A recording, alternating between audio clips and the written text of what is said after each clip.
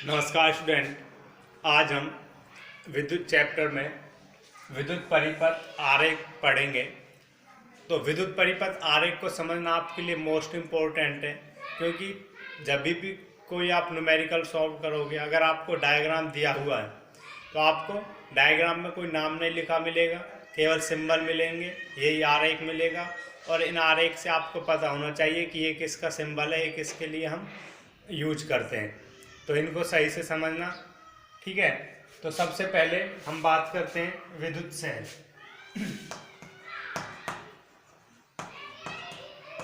विद्युत सेल, तो जो विद्युत सेल है उसको हम कैसे दर्शाते हैं? विद्युत सेल को हम इस तरह से दर्शाते हैं। जो ये बड़ा वाला डंडा है ये सेल का पॉजिटिव टर्मिनल होता है और ये छोटा वाला नेगेटिव टर्मिनल होता है। तो ये किसका आरेख हो गया? विद्युत सेल के लिए। विद्युत सेल क्या है? सोर्स ऑफ एनर्जी है, ऊर्जा का स्रोत है, ये यहीं से ऊर्जा प्राप्त होती है। क्लियर। उसके बाद बैटरी,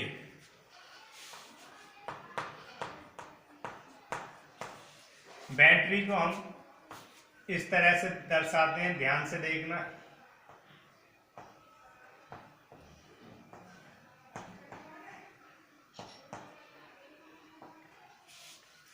अब बैटरी क्या है? कॉम्बिनेशन ऑफ सेल, मतलब सेलों का जो संयोजन है, सेलों का संयोजन बैटरी कहलाता है।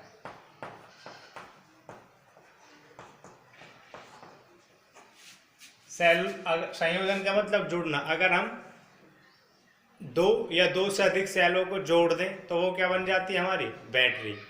अगर दो या दो से अधिक सेलों को जोड़ दें तो बैटरी बन जाती है। एक से अधिक सेल को अगर जुड़े हुए हैं तो वो बैटरी है। तो दो या दो से अधिक सेलों का जो संयोजन होगा वो बैटरी कहलाती है। तो एक plus minus plus minus plus minus, इस तरह से हम सेलों को जोड़ के बैटरी तैयार करते हैं। तो ये बैटरी का सिंबल हो गया आपका। उसके बाद खुली प्लग अथवा स्विच। खुली प्लग, खुली प्लग का मतलब है, इंग्लिश में कहें तो ओपन की। देखो, इलेक्ट्रिसिटी में, विद्युत में अगर ओपन है तो इसका मतलब है कि जो हमारा परिपथ है वो बंद पड़ा हुआ है। अगर खुला है तो परिपथ बंद पड़ा हुआ है। अगर बंद की है, बंद स्विच है, तो इसका मतलब जो हमारा परिपथ है वो जुड़ा हुआ है। तो इसके लिए हम ऐसे करके वायर में दर्शाते हैं। तो इसका मतलब हुआ ये खुली प्लग है। क्या है ये? खुली प्लग, ओपन की है। या फिर ऐसा सिंबल ना मिल के आपको ऐसा भी मिल सकता है,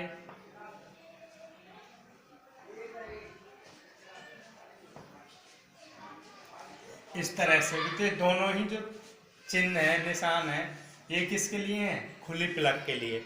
क्लियर। उसके बाद बंद प्लग,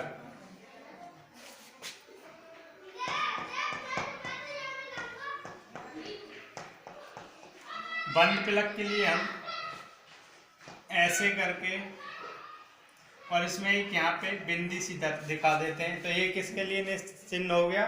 बंद प्लग के लिए। या फिर ऐसे आपको मिल जाएगा,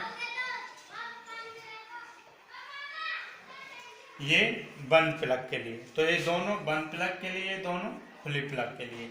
इसका मतलब जो हमारा परिपथ है वो जुड़ा हुआ है, उसमें से विद्युत धारा बह रही है। इसका मतलब क्या है? परिपथ में विद्युत धारा नहीं बह रही। ठीक है। नेक्स्ट,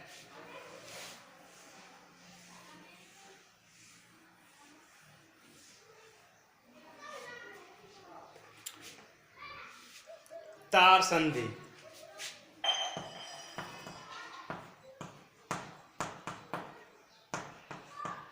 तार संधि मतलब तार एक दूसरे के साथ जुड़े हुए हैं, कनेक्शन हुआ है।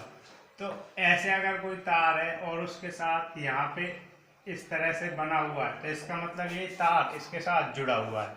इसका मतलब ये जो तार है एक दूसरे के साथ जुड़े हुए हैं। ठीक है। उसके बाद तार क्रॉसिंग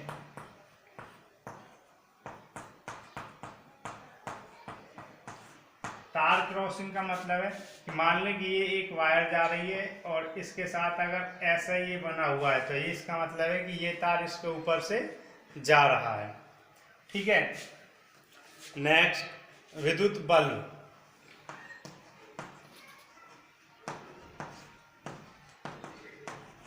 विद्युत बल्ब को हम ऐसे करके दिखा देते हैं, ये हमारा विद्युत बल्ब है। ठीक है। प्रतिरोधक,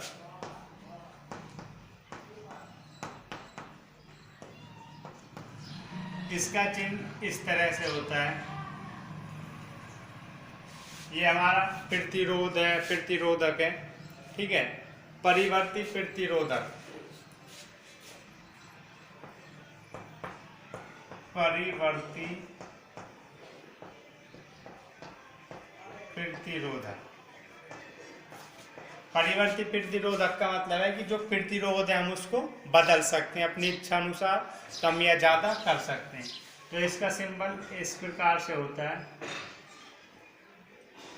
इस पे इस तरह एक एरो लगी हुई होती है इस तरह, या फिर दूसरा इसके लिए आप निशान इस तरह से यूज कर सकते हो। ये दोनों ही किसके चिन्ह है? परिवर्ती प्रतिरोधक के। किसके चिन्ह है? परिवर्ती प्रतिरोधक के। ठीक है। उसके बाद एमीटर, वोल्टमीटर। तो एमीटर और वोल्टमीटर को कैसे हम दिखाते हैं?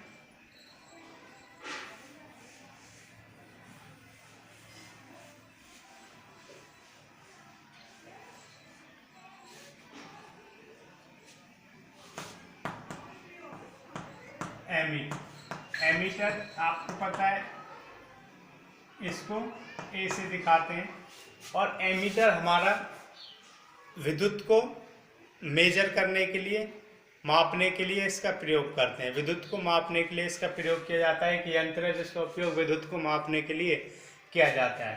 तो एमीटर को हमारे सर्किट में ऐसे एमीटर लगा हुआ होगा, ये यहाँ पे बन रहा होगा प्लस माइनस। अब इसको सर्किट में हमेशा सीरीज में लगाते हैं।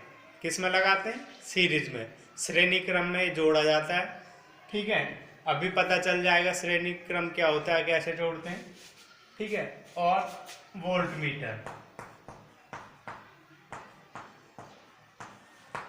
इसको V से दिखाते हैं, और ये विभवांतर को नापने के लिए, मापने के लिए इसका प्रयोग किया जाता है। और इसको ऐसे V प्लस माइनस, ये श्रेणी क्रम में जोड़ा जाता है और ये समांतर क्रम में जोड़ा जाता है। तो इस बात का भी अपना ध्यान रखना। कई बार एक नंबर में ऑप्शन में पूछने की पॉसिबिलिटी होती है कि एमीटर को परिपथ के साथ कैसे जोड़ते हैं और वोल्टमीटर को कैसे जोड़ा जाता है।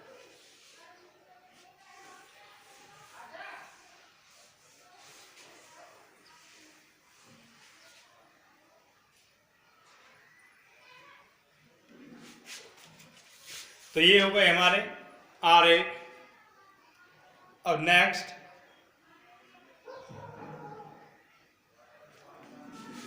ओम का नियम।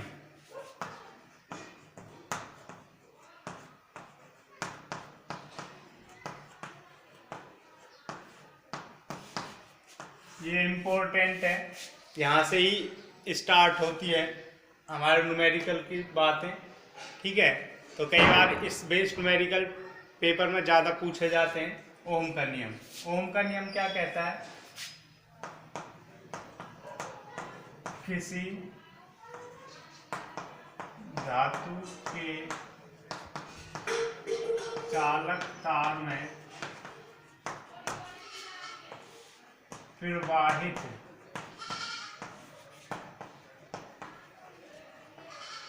विद्युत धारा, किसी धातु के तार में प्रवाहित विद्युत धारा उस तार के सिरों के विभवांतर के अनुक्रमानुपाती होती है।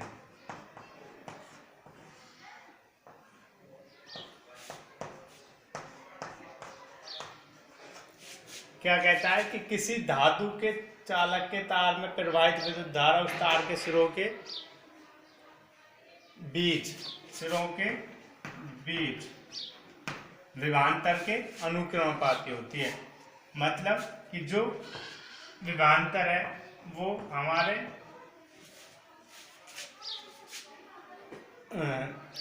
विद्युत के अनुक्रमानुपाती है। यही कहना है इसका कि विद्युत धारा के बीच विभवांतर के अनुक्रमानुपाती होती है।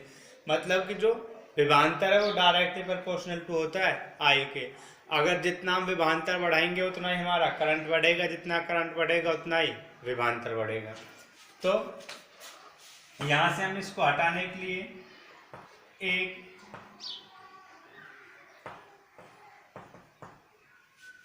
नियतांक मतलब कांस्टेंट का प्रयोग करते हैं। किसका प्रयोग करते हैं? एक कांस्टेंट का प्रयोग करते हैं, नियतांक। ठीक है,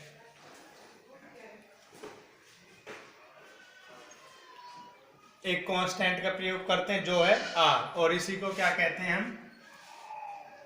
प्रतिरोध। इसका नाम क्या है? प्रतिरोध। तो और इसके लिए एक प्रिकॉशन है कि यहाँ पे जो ताप है वो सेम रहना चाहिए। ऐसा नहीं कि ताप घट रहा है या बढ़ रहा है, कांस्टेंट रहना चाहिए, एक ही तापमान होना चाहिए। तो ओम का नियम यही कहता है कि अगर किसी धातु में करंट बह रहा है वो उस धातु के जो सिरों के बीच विभवांतर है उसके अनुक्रमानुपाती होगा। जितना करंट बढ़ेगा उतना ही विभवांतर बढ़ेगा, जितना विभवांतर बढ़ेगा उतना ही करंट बढ़ेगा। तो V directly proportional to I। इस डायरेक्टली प्रोपोर्शनल को हटाने के लिए हमने एक नियतांक ले लिया, कांस्टेंट ले लिया, जिसका नाम है प्रतिरोध। ठीक है,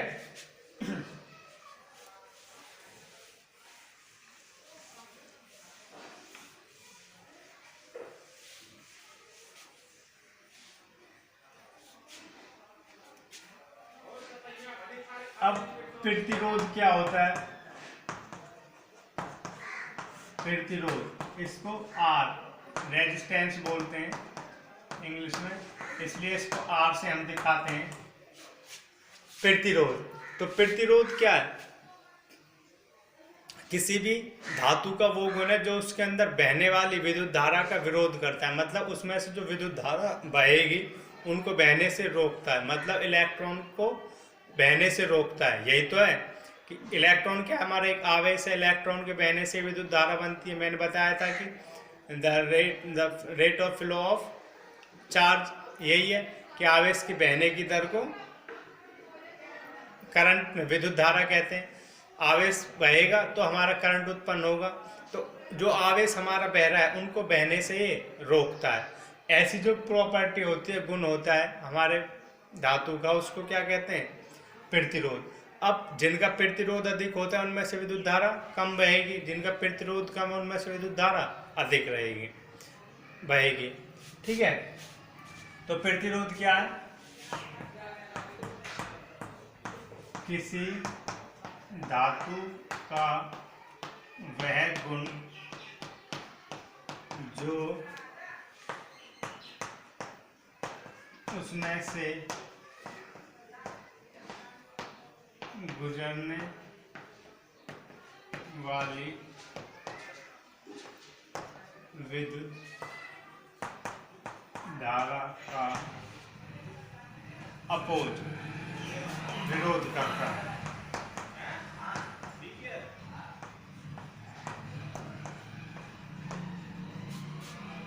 किसी धातु का वह गुण जो उसमें से गुजरने वाली विद्युत धारा का विरोध करता है, प्रतिरोध कहलाता है।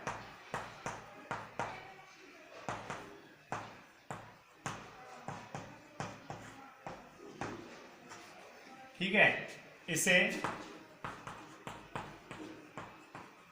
अक्षर R से दर्शाते हैं। किससे दर्शाते हैं इसको? अक्षर R से इसको दर्शाते हैं।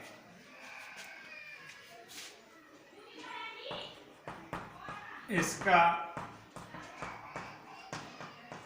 एसआई मात्रक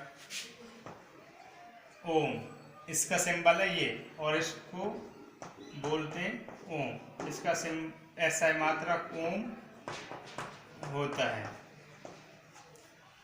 इसको सिंबल क्या है इस तरह से, और इसका नाम क्या है ओम, तो इसका एसआई मात्रक ओम होता है।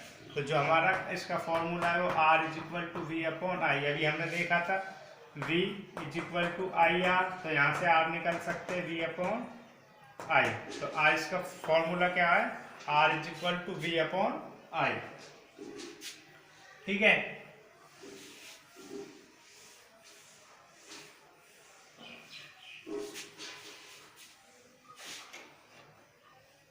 अब 1 ओम प्रतिरोध क्या होता है,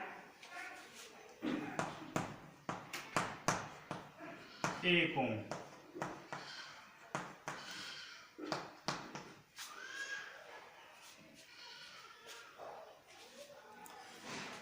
अगर चालक के सिरों के बीच विभवांतर 1 वोल्ट हो और उसमें से 1 एम्पियर की विद्युत धारा प्रवाहित हो रही हो, तो वो क्या कहलाता है, 1 ओम। ठीक है।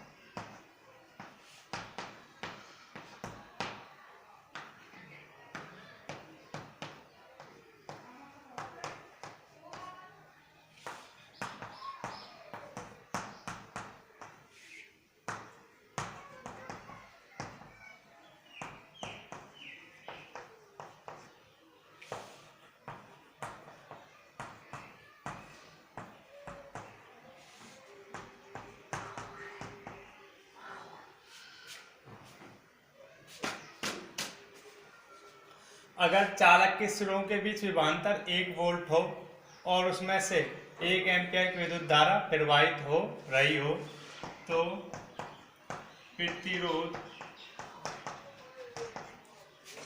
1 ओम होता है। अगर यहाँ चालक के सिरों के बीच विभवांतर 1 वोल्ट का हो और वहाँ 1 एम्पियर की विद्युत धारा प्रवाहित हो, तो वहाँ पे जो प्रतिरोध हो जाएगा वो कितना होगा, 1 ओम। तो 1 ओम को हम कैसे दिखा सकते हैं, 1 ओम बराबर 1 वोल्ट बटे 1 एम्पियर। 1 ओम बराबर 1 वोल्ट बटे 1 एम्पियर। तो इनको रिवाइज कर लेना अच्छे से। कोई प्रॉब्लम हो तो कमेंट करना है। कल नेक्स्ट टॉपिक करेंगे, चालक का प्रतिरोध किन बातों पर निर्भर करता है, मोस्ट इम्पोर्टेंट है, इसलिए खुद से भी एक बार पढ़ लेना और मैं समझाऊंगा तो फिर आपको और अच्छे से समझ में आ जाएगा। तो आज के लिए इतना ही। Thank you.